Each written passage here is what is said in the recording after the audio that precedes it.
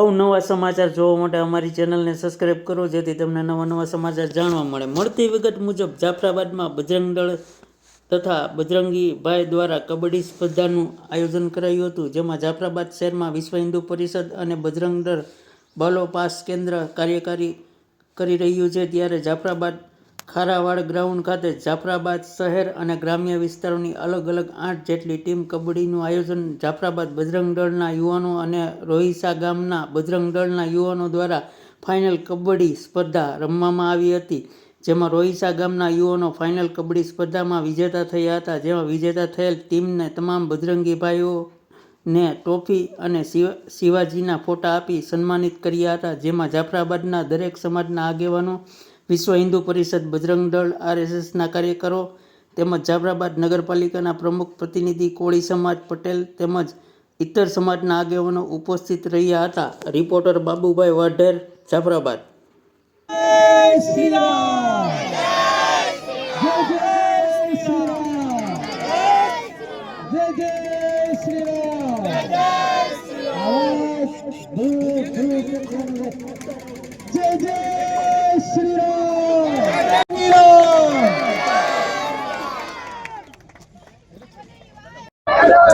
जय श्री राम।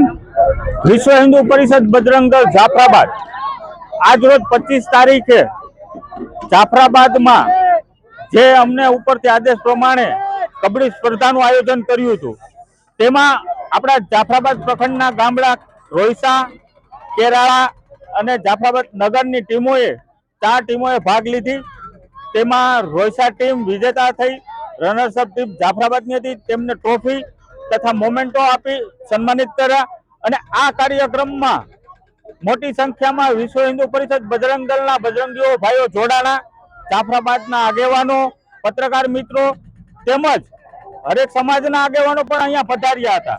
તો આ કાર્યક્રમ જોઈને આપણા જે જાફરાબાદના યુવાનો છે, બજરંગીઓ છે, તેમાં નવો ઉત્સાહ આવ્યો અને આવતા વર્ષે આના કરતા પણ વિશેષ મોટું આયોજન થશે અને આવી જ રીતના વિશ્વ હિન્દુ પરિષદ બજરંગ દળને સાથ સહકાર આપતા રહેજો। એટલું જ। જય શ્રી રામ। जय श्री